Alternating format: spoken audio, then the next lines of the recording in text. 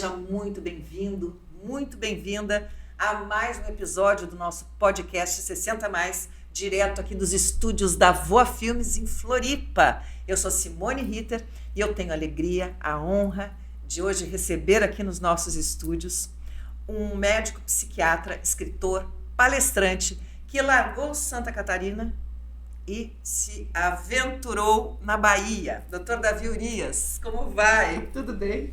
E você, Simone, é um prazer estar aqui e com todos que vão nos assistir agora para a gente falar um pouquinho da realidade de quem é 60 mais. Doutor Davi, como é que está a vida de Havaianas e Bermudas, lá na Arraial da Ajuda? Você que idealizou agora o Glamping 50 mais. Explica pra gente o que é esse Glamping. O que é Glamping? O glamping, na verdade, é um camping metido a besta, né? Eu sempre fui apaixonado por campismo e há mais de uma década eu venho percorrendo o Brasil de norte a sul de motorhome, fazendo uma pesquisa sobre o que seria tal felicidade. Então eu saí de um consultório de psiquiatria, de uma formação mais catedrática assim, sobre o que seria felicidade e fui perguntar para as pessoas o que seria a felicidade. E nessas andanças eu fui me apaixonando pelo campismo e decidi que o Brasil é carente de uma estrutura mais específica para poder receber esse público 50 a mais que ama o campismo. Às vezes as pessoas me perguntam, mas você fez o quê? É uma pousada? Porque lá também tem chalezinhos, casas nas árvores, lógico, lugar para motorhome, lugar para barraca. Que legal, É, que legal. Seria uma pousada? Não. O que diferencia o campismo de uma pousada, de um hotel, de um resort, é que o espírito do campista é assim, você chegou de barraca, chegou de motorhome, você é igual, já começa por aí. E a tendência é juntar panela, é juntar atividades, é juntar cantoria. Existe aquela questão do calor humano que você não vai encontrar, né, no geral, num hotel, numa pousada, seja como for. Todos ficam assim mais gregários, conectados, né, na mesma vibe. Doutor Davi, ou melhor, há alguns anos atrás, você atuava dentro do seu hospital psiquiátrico, né, em Camboriú. E o que te fez largar a vida clínica e ir para um lugar tão solar, né? Arraial da Ajuda é só o ano inteiro, andar de bermuda e havaiana. É uma mudança de vida bem radical. O que te fez chegar nisso? Bom, eu brinco, né, que o meu primeiro livro, Simone, se chama Viva Você Sem Peixes no Muro. Eu fiz numa época em que eu vivia a psiquiatria 24 horas por dia. Não só como lá em Balneário Camboriú, exatamente na cidade de Camboriú, existe hoje uma clínica chamada Bem Viver, que atende pessoas que estão com um sofrimento emocional, psíquico. E ela foi construída na concepção de trazer realmente qualidade de vida, sabe? Aquela coisa perdida. Então tem aquela coisa austera de grades, aquela coisa severa que você geralmente vê num hospital psiquiátrico. Naquela época eu comecei a entender que aquilo era a minha vida naquele momento. Só que da mesma forma que hoje os cabelos já estão ficando rarefeitos, eu tinha mais cabelos na época, a gente vai mudando. E o grande problema do ser humano é não aceitar as mudanças. A gente às vezes fica muito enraizado no passado. Sabe aquela história? Na minha época. Sabe aquelas pessoas chatas para conversar? Que ele não consegue entender a modernidade. Que música ruim, que lugar horrível, que isso, que aquilo. Porque na minha época, na minha época eu tinha mais cabelo, na minha época eu tinha mais cintura, na minha época a mulher fala, tava lá os peitos tudo certinho, tava tudo ótimo. Gente, a gente vai mudando. E a gente tem que entender que a mudança não acontece só no nosso corpo. A nossa mudança também acontece na nossa mente. E eu digo que um princípio básico para você ter felicidade, você ter entusiasmo pela vida, é você respeitar essa mudança. Lembrando que a palavra entusiasmo vem de tel, Deus. Deus dentro de você, da forma como cada um concebe, Deus. Mas se você tiver essa visão interna, você vai conseguir entender que de repente o teu ciclo encerrou. Simone, para pensar. Tanta gente muda de cidade, tanta gente muda de emprego, muda de profissão, muda de estado civil, tem gente mudando até de sexo. Isso. Então, não estou aqui entrando nessa seara, mas por que não mudar se aquilo que você vive hoje não está trazendo esse entusiasmo pela vida? Vamos pensar então no público 60 a mais, vamos pensar no Glamping Viva Você, lá em Arraial da Ajuda, em que a proposta é você, de repente, ter oportunidade de se despertar. Poxa, o que eu vou fazer da minha vida agora? Estou prestes a me aposentar ou estou me aposentando? Alguns casados, muitos separados, que é a grande realidade, né? Tipo, hoje em dia, o divórcio grisalho, né? Em alguns casos, divórcio careca, é uma grande realidade, tanto para o homem quanto para a mulher. E agora? Eu vou ficar aquela pessoa rabugenta, triste, contando moedinhas, e aqueles que trabalham e que colocou, e nada contra isso, colocou no trabalho, sabe, tipo assim, a razão para viver, mas será que a vida é só eu me ocupar? Será que a vida é só eu me distrair com série da Netflix? Será que é só eu me distrair nas redes sociais, compulsivamente, recebendo aquela descarga de dopamina? Ou será que existe algo a mais para eu poder viver bem? Qual que é o termômetro que indica que eu não estou vivendo bem? Se você está comendo mal, dormindo mal, amando mal, bebendo muito, insatisfeito com a vida, chegando o final de semana, virou o final de semana e você pensa, caraca, cara, o que eu fiz de bom pela minha vida hoje?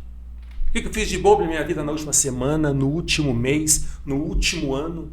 Cara, se você não tem muita coisa para escrever, pode ter certeza. Você é um candidato a ser um doente ou você já está doente. Fisicamente ou psiquicamente. Então, tipo, uma ansiedade, um quadro de depressão, uma dependência química. A sua fala agora faz eu lembrar, Davi, de uma entrevista que Fernanda Montenegro deu há pouco tempo. Perguntaram para ela como é que você chega tão plena, trabalhando, ativa, aos 95 anos. Ela disse, eu já não enxergo tão bem, eu não escuto tão bem, eu já não tenho mais a mobilidade que eu tinha, já aparecem algumas doenças, é claro, mas a velhice é inexorável para quem não morre. Então, assim, aceita o fato. E vai, evidentemente, se cuidando, né? Na medida que é possível se cuidar e não se atendo, por exemplo, ao cabelo branco. Meu cabelo está branco. E ok, e daí? É uma fase da vida. Eu não sou mais nenhuma menina por fora. Porque não se envelhece por dentro. E essa é uma questão que eu queria tocar com você. A gente não envelhece por dentro. Eu continuo com o mesmo entusiasmo de quando eu tinha 18 anos, 20 anos, 25 anos. E isso é maravilhoso. Não deixar se dominar, né, pela ação inexorável do tempo. Eu acho que cada fase da vida tem a sua beleza, né? Eu acho que muitos idosos, enfim, pessoas da terceira idade entram em depressão porque se atém muito ao passado, ao que era, vê as fotos, meu Deus, como eu era linda, hoje, enfim, estou envelhecendo e tal. Mas isso faz parte da vida, você pode envelhecer bem, sim, você pode se sentir belo em qualquer fase da vida, sim. Então, assim, eu acho que o idoso, ele eu estou falando uma parte, né, um determinado grupo que se sente solitário, né, porque os filhos não vão ver. Isso também é uma coisa que leva à depressão, é a solidão, né, Davi? O que você tem a falar sobre isso para os idosos, que se sentem sós, que estão olhando para o passado ao invés de olhar para o seu momento atual? Olha, eu vou dar um exemplo que eu, desde quando era pequeno, eu acompanhava. Eu tive duas avós, todo mundo tem duas avós, né? Olha que isso. Eu tive duas avós. A mãe da minha mãe e a mãe do meu pai. E o que eu falo aqui agora não é nada, oh meu Deus, como é que ele está falando isso? Porque eu converso isso em casa naturalmente, levo na brincadeira. Mas a mãe da minha mãe, a minha avó, ela sempre teve a casa cheia de netos, de vizinhos, e disso e daquilo. Uma pessoa simples lá em Londrina, mas de bem com a vida, porque ela fazia algo. Ela que limpava a casa, ela que fazia a comida dela, ela que arrumava a roupa dela, ela cuidava do jardim dela, ela cuidava do cachorrinho, ela tentava ajudar a vizinhança, ela era ativa. E a gente tinha prazer como neto, como criança, de ir para a casa da avó. A gente brigava para ir para a casa da avó. Ana. Eu tinha minha outra avó, muito querida, que Deus a tenha voto, entende muito bem disso. Mas era uma coisa muito louca. Por quê? As lembranças que eu tenho era de chegar lá, sentar no sofá, às vezes a perna ainda nem encostava no chão, que a gente era pequenininho, e não via a hora de ir embora. Por quê? A gente sentava lá, a minha avó pegava e para meu pai, não sei o quê, porque João, fulano não veio, e ciclano não sei o quê, e pede pro teu irmão vir e tal. Tipo, show de lamúrias. Show de lamúrias, né? E eu entendi, cara, já desde pequenininho, assim, tipo assim, ó, o que faz as pessoas se conectarem com você ou não é o que você dá para as pessoas realmente ou não. Então, para você que está se sentindo na solitude, ó mundo cruel, mas espera um pouquinho. Por que será que esse mundo está sendo tão cruel? Será que os filhos são tão ruins assim? Pode até ser, não vou descartar esse fato. Agora, o que eu estou fazendo para ser uma pessoa agradável? Nessas minhas andanças de motorhome, eu estava em São Tomé das Letras, uma cidade conhecida por malucos, né? E lá eu dormia na praça, no meu motorhome lá. Eu conheço Minas, né? É, Minas Gerais. Isso foi em 2011, quando você percorreu o Brasil de norte a sul, fazendo a sua pesquisa. Também, foi um período de 2011 a 2018, que eu fiquei alguns anos depois rodando, né? E eu vivi um período em São Tomé das Letras, conhecendo pessoas. E eu conhecia uma pessoa lá, um figuraço chamado Seu Walter. E eu aprendi muito com essa pessoa, um senhorzinho, já tinha uns 70 e poucos anos, cabelo branquinho, tem até uma foto com ele muito bacana, e ele tinha na época um diagnóstico de esquizofrenia, tinha ficado internado no Rio de Janeiro alguns anos por esse diagnóstico, a família era de Minas Gerais, Belo Horizonte, e ele foi para São Tomé das Letras, quando ele deu uma estabilizada no quadro dele. E ele conta que ele chegou lá com um certo dinheiro, pegou o melhor hotel da cidade, bem coisa de esquizofrênico, que não pensa muito na vida, e ele contando, um figuraço. Aí foi acabando o dinheiro, fui para um hotel menor, fui para uma pousadinha, até que eu fui dormir na praça. E eu, quando eu conheci, ele trabalhava para um senhor que era dono de um grande hotel lá. Ele que ia comprar o pãozinho e tal, e tudo, já estava uns 2 anos trabalhando para esse hotel. O cara gostou muito dele, viu que ele dormia na praça, né? E ele falou para mim, Davi, eu vivo muito o hoje. Não estou dizendo que você tem que viver o hoje e gastar tudo isso hoje. Claro. Mas ele me falou uma coisa muito importante, Davi. Eu divido o mundo em 2 categorias de pessoas. As pessoas que servem e as pessoas que querem ser servidas. Vou repetir isso, olha que importante. Eu li no seu livro, essa passagem. As pessoas que servem, geralmente são pessoas boas, felizes, rodeadas de gente, e as oportunidades chegam sempre. Entende? E tem aquelas pessoas que querem ser servidas, que geralmente são os alcoólatras, os dependentes químicos, os narcisistas, aquelas pessoas de mal com a vida, porque elas acreditam que o mundo tem que servir elas. Então, observe você agora em casa. Se você é uma pessoa que gosta de servir, ou se você é uma pessoa que gosta de ser servida. Geralmente as pessoas com quadro de ansiedade, depressão, dependência química e tudo mais, não estou aqui colocando que é uma condição sine qua non, é isso, e a pessoa, o depressivo ele é assim, não é isso. Mas existe uma grande probabilidade de pessoas que querem ser servidas, de terem, entre aspas, um diagnóstico de depressão, de ansiedade, têm uma maior predisposição a serem dependentes químicos e viverem sozinhos na velhice. Pegando esse gancho, Davi, hoje tudo se rotula depressão, ou ansiedade, ou toque, ou enfim, qualquer tristeza se transforma numa doença mental e a pessoa imediatamente é medicada. Existe uma grande diferença entre tristeza, que assim como a alegria faz parte do rol das emoções humanas, né? E quando a gente sofre uma perda, eu que já sofri minhas perdas, né, da minha família nuclear, evidentemente isso me causou muita tristeza. Claro que a tristeza prolongada pode chegar a uma depressão.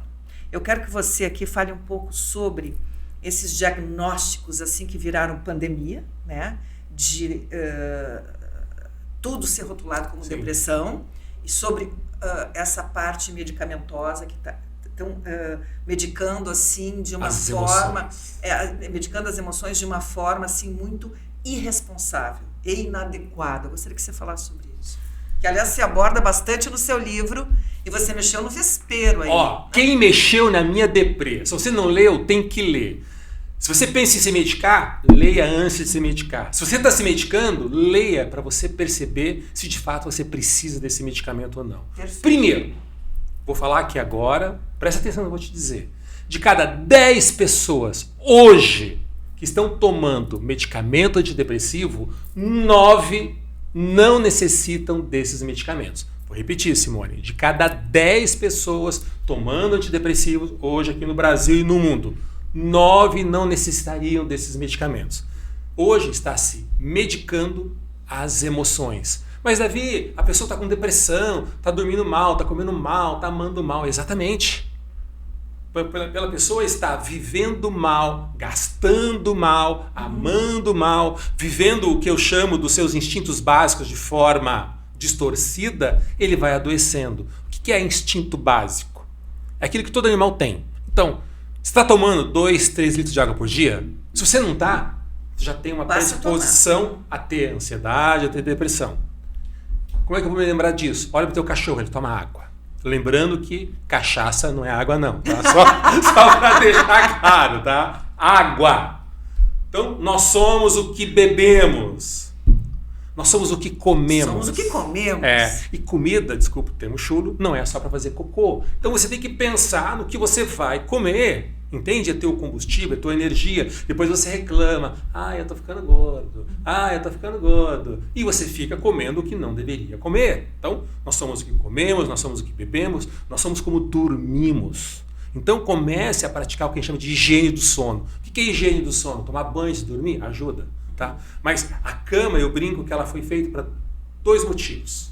Dormir, brincar de fazer filho. Às vezes fazer filho. Mas não vá discutir relação na cama. Não vá pegar o livro Quem Mexeu na Minha Deprê, deitar na cama e falar, vou ler agora. Né? E a pessoa começa a ler o livro na cama. Gente, você vai...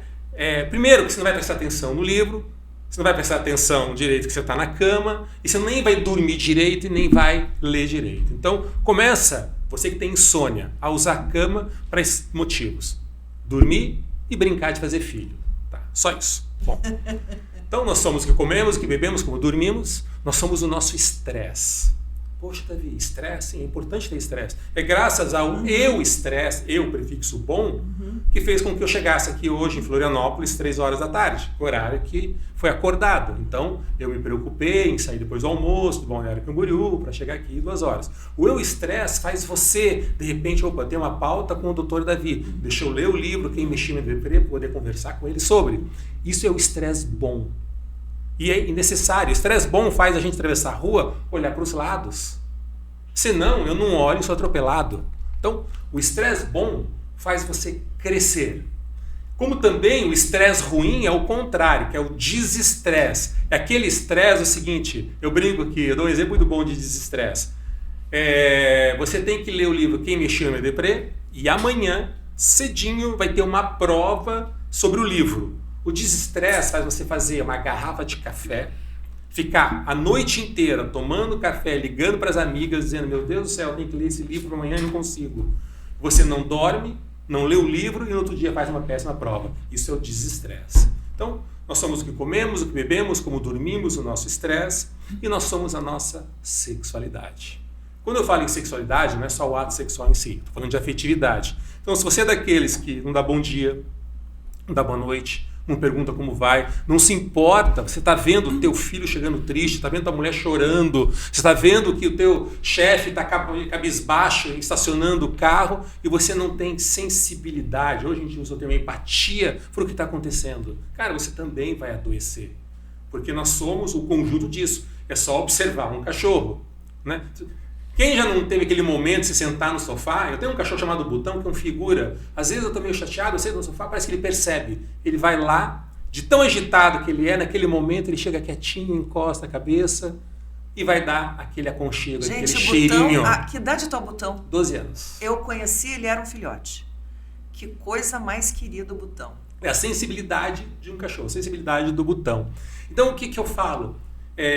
Cuide dos instintos básicos antes de você começar a se medicar. Pode ter certeza que que você vai sair dessa estatística, daquelas 10 pessoas que estão tomando medicamento, sendo que 9 não necessitariam. O seu livro aborda, Davi, o seguinte: em 2009, a revista Época coloca uma matéria com o título O País do Rivotril. Infelizmente, o Brasil se tornou o maior consumidor mundial de Rivotril. E para quem não sabe, esse medicamento é um medicamento de tarja preta, ou seja, só pode ser vendido com receita médica e etc. Enfim, fale um pouquinho sobre essa matéria aí. Então, é que assim, o Brasil ele sempre viveu uma distorção na questão medicamentosa com relação à psiquiatria. Na verdade, não é questão só do Brasil, o mundo. Se você for pegar a história da psiquiatria, que tem lá no livro, você vê que os primeiros hospitais psiquiátricos que começaram em Londres eram aberrações. Então, há 100 e tantos anos atrás, o que se via num hospital psiquiátrico? Tudo que, entre aspas, até assim, uma gravidez indesejada era considerado um troço meio ruim para a sociedade, a família colocava no hospital psiquiátrico dizendo que é uma doença. E por aí ia.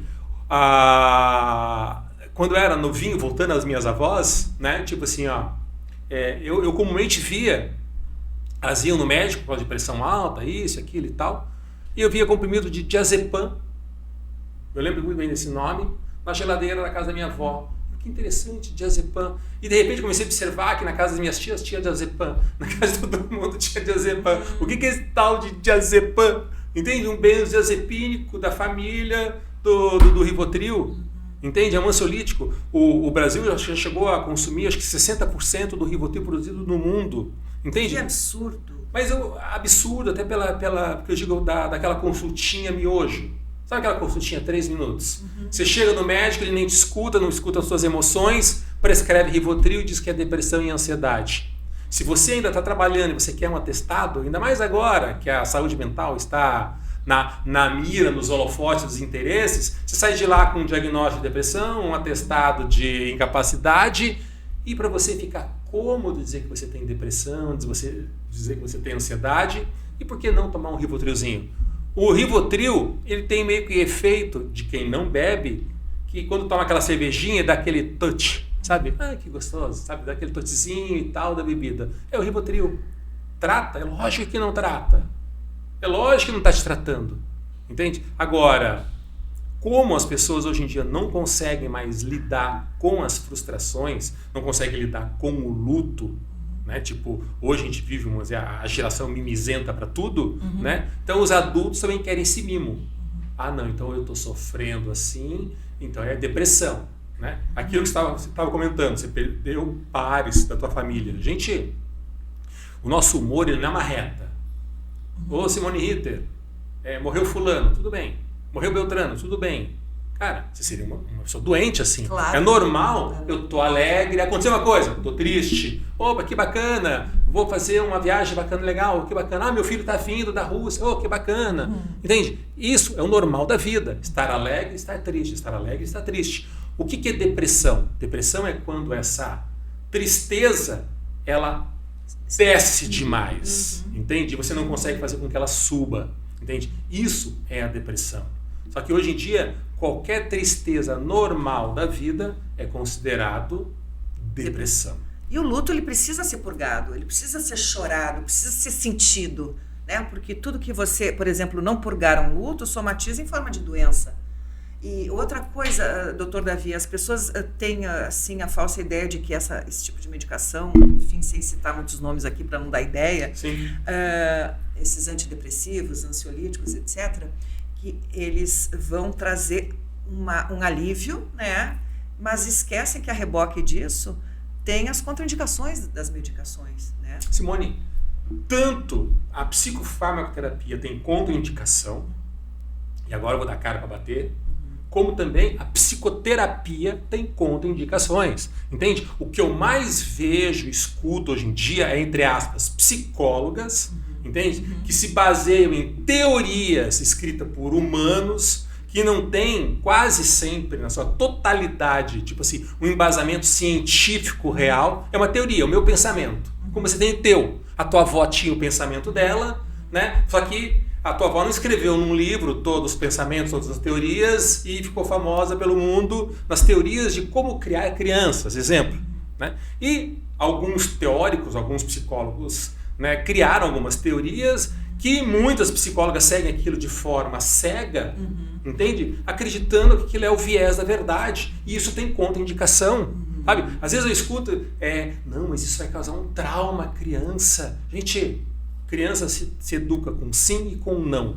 O resto, entende? Tipo assim, desculpa o termo, é masturbação mental.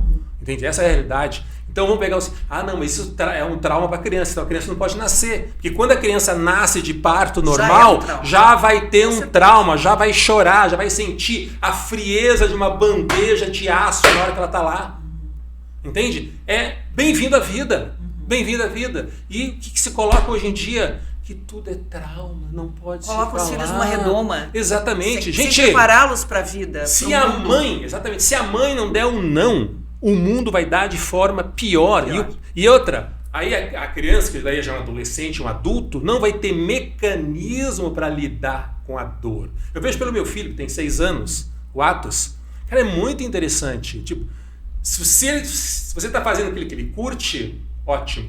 Quando eu não gosto mais de você, que burra, que personalidade forte, que nem o pai, e tal. E aí eu deixo ele curtir um pouco a ira dele, depois eu sento para conversar com ele sobre, para ele entende que o não é necessário. Claro. E é interessante que depois que passa a fase de estresse, ele sabe, né? Que nem um pouco antes de viajar para cá, no segundo andar, como eu digo, o glamping é pensado no público 50 a mais. Eu não pensei no fiotinho de 6 anos, tá? E aí tem umas frestas de uma cerca lá, que tem umas casas nas árvores, que ele estava brincando com uma amiguinha que estava hospedada lá, de 6 aninhos também, e ele estava passando pela fresta do vão da cerca. Cara, tem 7 metros de altura. Meu Deus. Entende? Quando eu olhei aquilo, eu olhei ele brincando de passar por aquilo e tal. Pô, se ele escapa a mãozinha, como é que fica? Atos, não e tal, babá. Já ficou bravo. Aqui você não vai brincar mais. Agora é só lá no chão e tal. E foi meia hora para tirar o umbo. Depois eu levei ele lá, né? Catei um negócio lá, joguei para ver quebrar. Ótimo. Né? Tá vendo como é que vai ser? Então, criança aprende assim. Vamos pegar... esses dias foi remédio de vermes, né? Tem que dar, não quero tomar, né? Vamos lá, tô dando a cara para bater, tá? Porque as psicólogas, né? Cara, eu adoro psicólogas, né? Eu trabalhei, só para deixar ilustrado, eu trabalhei com 4 psicólogas do lado do meu consultório na clínica. Agora, o problema é que você encontrar boas psicólogas é procurar agulha no palheiro. Aí, eu tô lá com meu filho que não queria tomar remédio, eu não discuto. Então tá, peguei o celular, cirurgia abdominal para tirar áscaras lubricantes. Aí aparece um cirurgião lá, abrindo a barriga de uma pessoa, tirando um bolo, parece um bolo fecal do tamanho de uma mão, só de coisa. Tá vendo isso aqui? E ele vendo. Ali o sistema é bruto. Ele viu. Vem cá, você vai querer tomar o remédio ou você vai querer que esses bichinhos cresçam na tua barriga?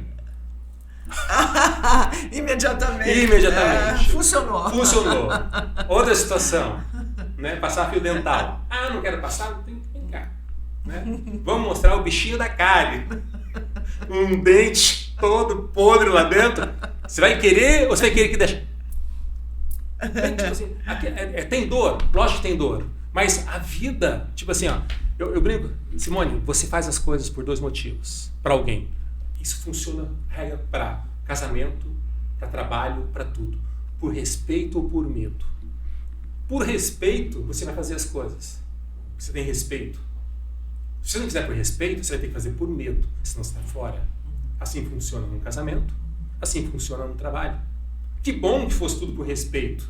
Né? Aí vem algumas teorias de psicólogas que tem que ser a educação, né? A base do respeito, da conversa.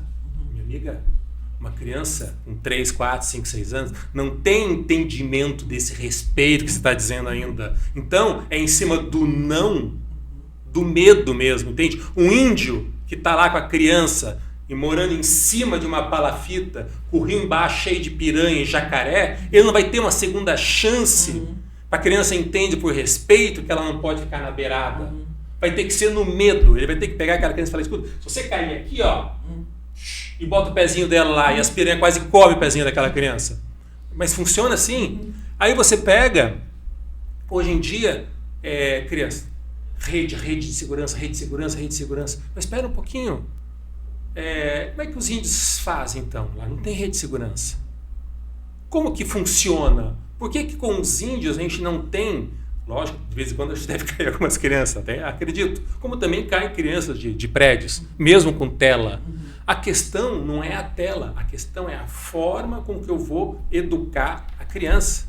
Esse é o ponto. Eu tinha, enfim, uma vizinha no Rio de Janeiro, muitos anos atrás, e ela me disse uma vez uma frase, quando eu tinha minha filha bem pequena. Ela dizia assim, meu pai me ensinou que com criança a gente tem que cantar e entoar. E eu custei um pouquinho para entender aquilo. E é mais ou menos o que você está dizendo. Você tem que ter firmeza para falar com a criança, né? Não estou falando grosseria, ao contrário. Firmeza não é sinônimo de grosseria, mas é o que você exatamente está dizendo. Você tem que cantar e entoar.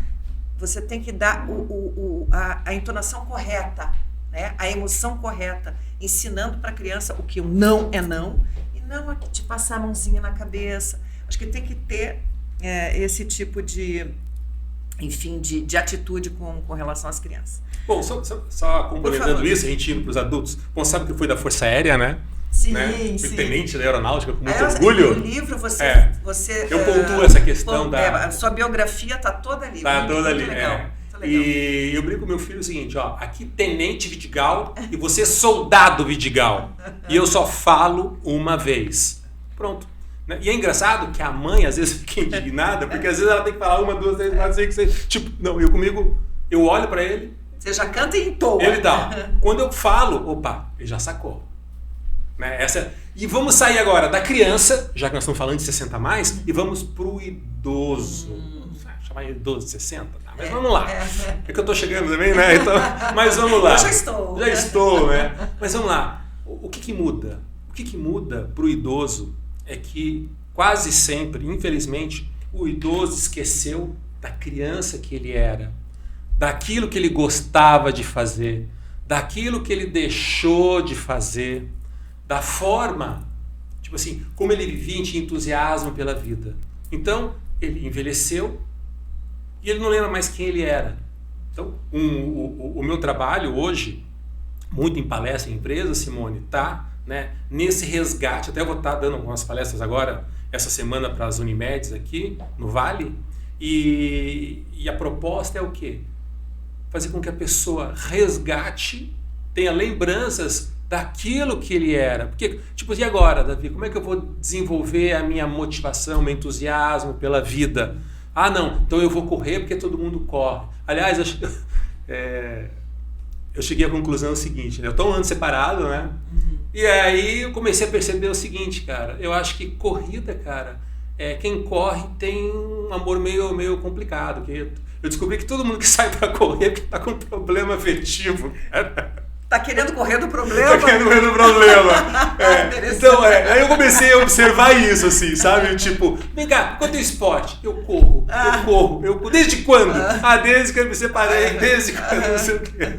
Bom, mas vamos sair da brincadeira à parte, mas que tal você, de repente, começar a olhar aquela pessoa que você era lá atrás e entender que, lógico, você não vai voltar a ser criança, não vai ter mais a pele de criança, o cabelo de criança, a cintura de criança, mas você pode voltar a ter aqueles sonhos de criança.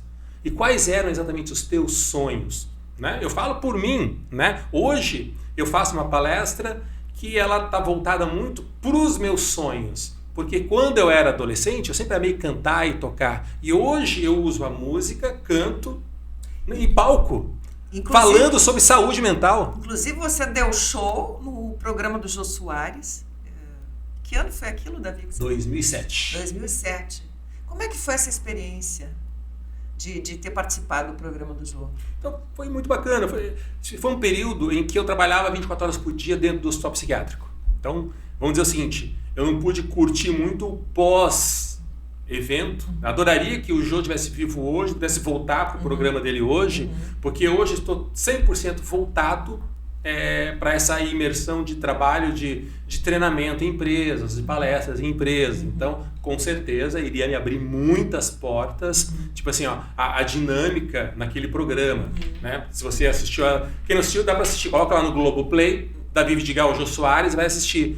Lá eu explico a ação de antidepressivos através de bexigas. Sim. Então, se você quer saber como é que age o antidepressivo na minha cabecinha, você vai ver através de uma dinâmica que eu fiz lá com bexigas, como funciona o antidepressivo. Tem a sua ação específica para casos de depressão neuroquímica de fato. Né? Então, isso é importante. Mas pegando até o gancho que você falou da questão da entrevista com o Jô Soares, o que eu coloco é o seguinte: o que te motivava lá atrás? Porque pode ser que ali seja o fio da meada para você hoje entender o que pode ser felicidade. Senão, de repente, você vai para uma academia porque está todo mundo indo. Você vai pescar porque está todo mundo indo pescar. Você vai correr porque agora está todo mundo indo correr. Não, ficou solteiro, está separado, divorciado, vamos correr. Pô, de repente não é aquilo que você quer.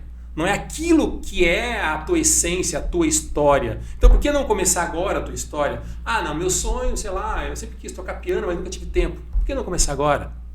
Entende? Tipo, mas a senhorinha que... Eu vejo isso muito da Bahia, porque ela tem muita dança. E eu vejo senhorinhas de 70, 80 anos dançando. Davi, isso é maravilhoso. E um dos propósitos, desculpa te interromper, e como diria o Jô, já interrompendo, um dos propósitos aqui do 60 Mais é justamente isso. É fazer com que as pessoas entendam, muitos, ainda que não entenderam, que não tem tempo para começar nada. Sempre é possível. E isso que eu acho legal, que o seu livro traz muito isso, essa motivação, que as pessoas, principalmente da terceira idade, não só, que eu já vi muito jovem desanimado, mas principalmente da terceira idade, elas vão perdendo aquela motivação. Quando em cada fase da vida há beleza. Por exemplo, nós temos hoje no Brasil mais ou menos 32 milhões de 60 a mais. E esse número está escalando, porque cada vez mais o número de idosos está aumentando no Brasil. E que bom isso, né? Sinal que está se cuidando mais, está se alimentando melhor, está fazendo exercício físico, está tomando mais água, enfim, está se cuidando. Mas quanto mais idosos nós temos, também mais casos detectados de depressão. Mas eu queria que, voltando rapidamente aqui ao assunto que a gente está abordando hoje, que é a depressão na terceira idade, você está falando das velhinhas lá, né, de Arraial da Ajuda, sim, da região ali, né, Trancoso, que eu ainda não conheço, aliás, já está no meu radar, tá? Conhecer o Glamp. Que elas dançam, enfim, não importa o que você faça, contanto que você tenha prazer naquilo, descobrir o que te dá prazer, né? Então, o que eu vou falar agora, graças a Deus, eu aprendi novo. Acho que eu tinha 15 anos de idade, não sei aonde eu li, eu levei isso para a vida, e que é uma grande verdade. Quando você tem 20 anos de idade, você se preocupa muito com o que os outros pensam de você. Aos 20 anos de idade. Cara, o que vão pensar de mim? Eu, graças a Deus, nunca tive isso. O que vão pensar de mim se eu fizer isso e aquilo? Não só como minha vida foi marcada de grandes mudanças. Quando você chega aos 40 anos de idade, que é a crise dos 40, eles dizem que você para de se preocupar com o que os outros pensam de você. Que se dane que os outros pensam de mim.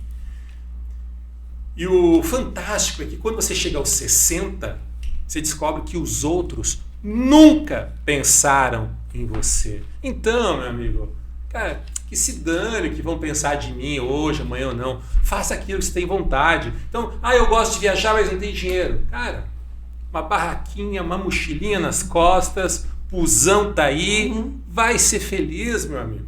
Eu recebi esses dias um casal, que eles moram no interior de São Paulo, ele é motorista de ônibus, e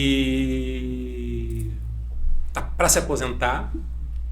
A mulher dele é um pouquinho mais velha que ele e tal, e decidiram que eles querem viver viajando. Como eles não têm dinheiro, compraram uma barraquinha daquelas pequenininhas que você vê adolescente usando, e acamparam 5 dias lá no Glamp. Cara, maior diversão, o espírito, a vontade e tal. Eles não estavam nem aí, que eles não estavam num motorhome de 1 milhão do lado dos amigos. Eles estavam naquela barraquinha simplesinha e tal. Mas como eu disse, no camping, todo mundo é igual a todo mundo. O importante é ir. Eles poderiam ter ficado lá no interior de São Paulo, dentro do apartamento deles, curtindo o feriado tristão, vendo TV. Não. Foram. Isso é muito maravilhoso. Né, se jogaram para a vida. Então, se você está se jogando para a vida, essa é a grande pergunta. Isso é muito maravilhoso. Eu tenho uma amiga da minha idade, que dia desses, não faz muito tempo, agora nesse verão, eu a convidei para irmos à praia.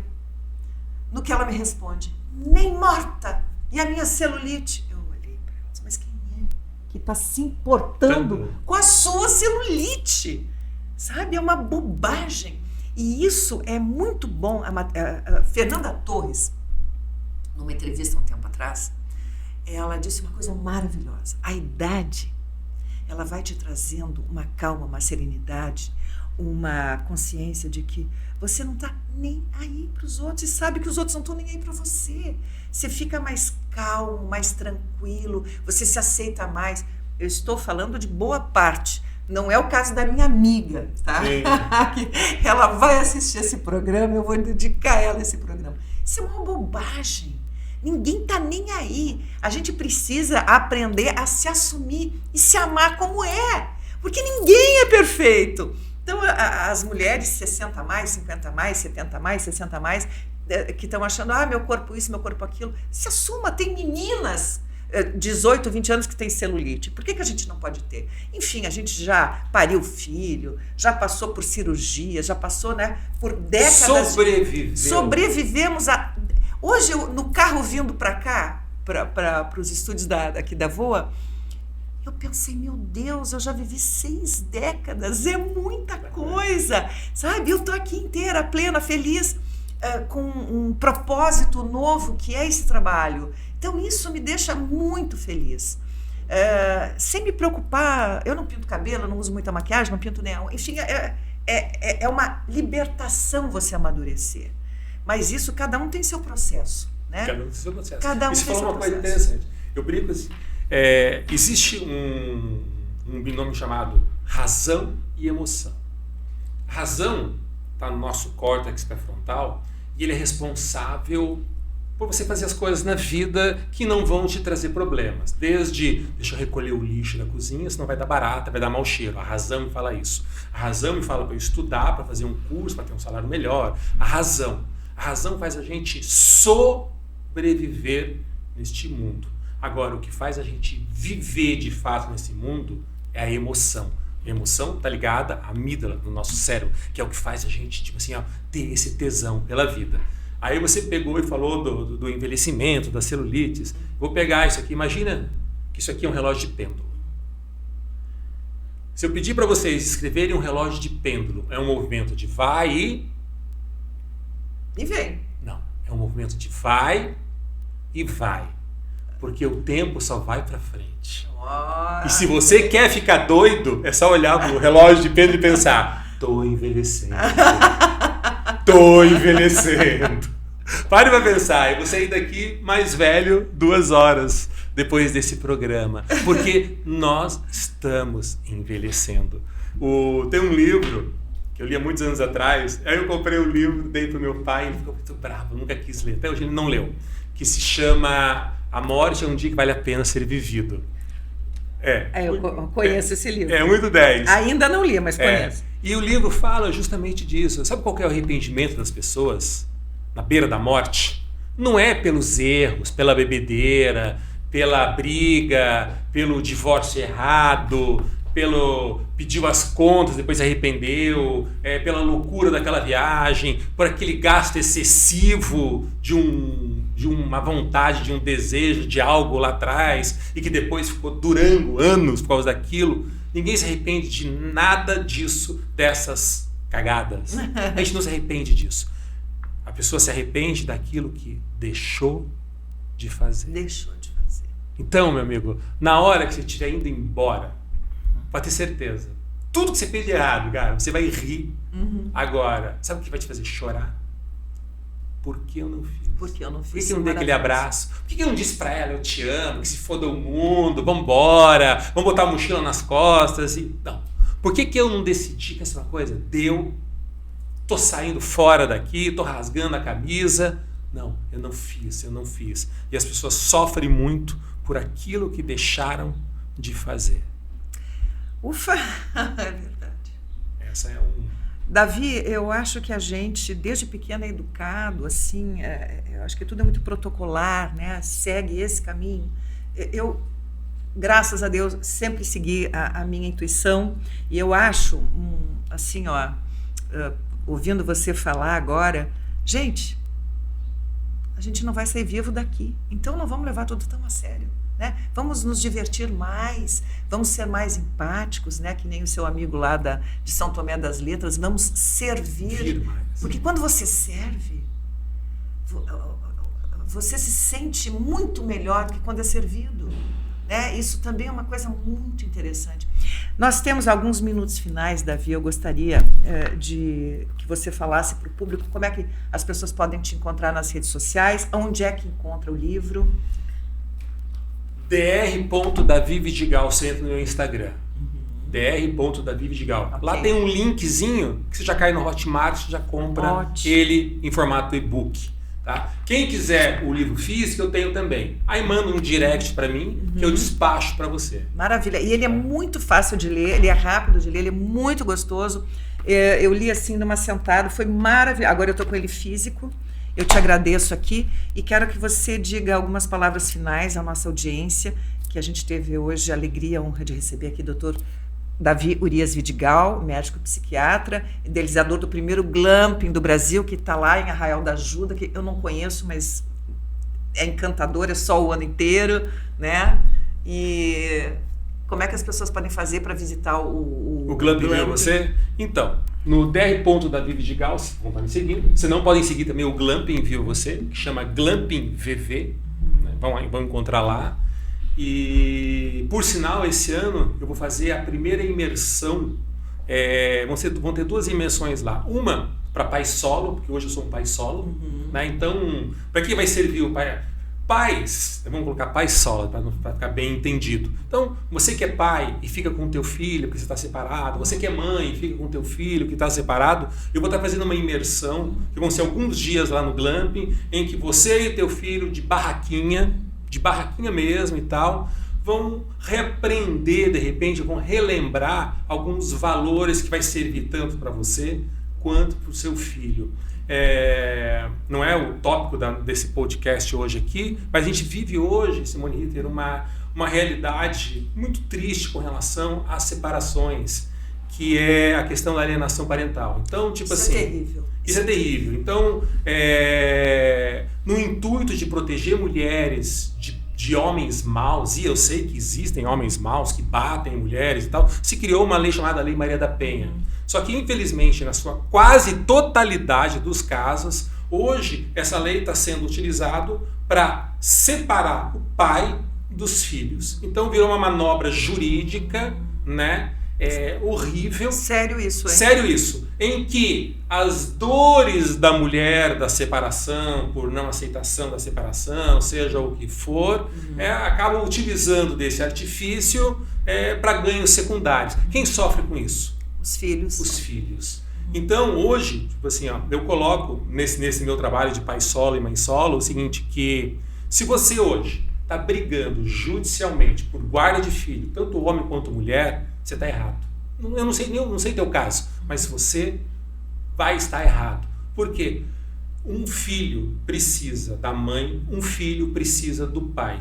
Se você está brigando pela guarda, se a mulher está brigando pela guarda, vocês não estão brigando pelo filho, vocês estão brigando pelo ego de vocês. Perfeito. Dessa situação toda. Então, o meu trabalho é tentar fazer com que pai e mãe, entende?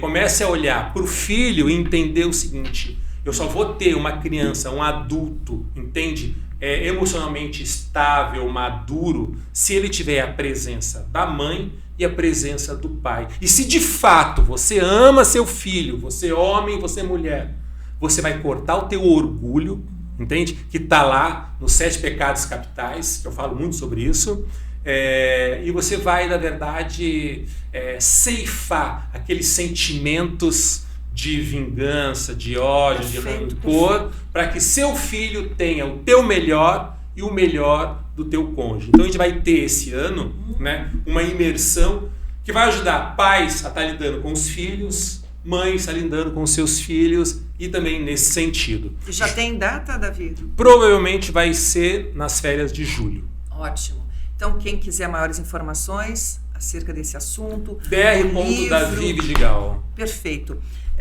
Você falando sobre alienação parental, é uma questão de civilidade, os pais terem uma boa relação em detrimento da sanidade mental dos filhos. E é uma grande realidade dos 60+, que pais separados, né? Tipo, muitos filhos ainda não maduros, não com seus 18 anos, e vira essa celeuma, essa briga toda. Lá no glamping, nós temos umas áreas, alguns chalés que nós fizemos, para que você possa ter períodos sabáticos. Então, ao invés de você ficar sozinho em casa, bebendo, enchendo a cara, achando que, ó vida, ó céus, que tal também você, de repente, ir para um lugar que vai ter esse despertar. Então, a gente vai ter também no decorrer desse ano, provavelmente vai ser na primavera, a gente vai ter uma imersão de uma semana lá, para você que, de repente, está querendo entender o propósito da sua vida. Não é para ser uma clínica psiquiátrica, não estou montando outra clínica psiquiátrica, não.